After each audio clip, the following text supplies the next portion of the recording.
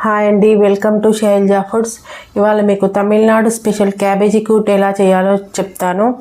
ముందుగా వేయించుకున్న ధనియాలు, జీలకర్ర పొడి చేసుకోవాలి.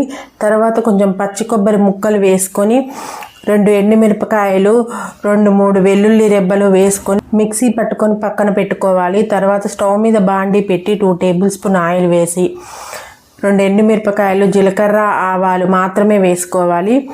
తర్వాత వేగాక ఇంగువ, కరివేపాకు వేసుకొని అవి కూడా వేగాక ఉల్లిపాయ ముక్కలు వేసుకోవాలి. ఉల్లిపాయ ముక్కలు మగ్గడానికి పసుపు, ఉప్పు వేసుకొని కాసేపు వేగనివ్వాలి. తర్వాత వేగాక మనం ముందుగా తరిగి పెట్టుకున్న క్యాబేజీ ముక్కలు కూడా వేసేసుకోవాలి.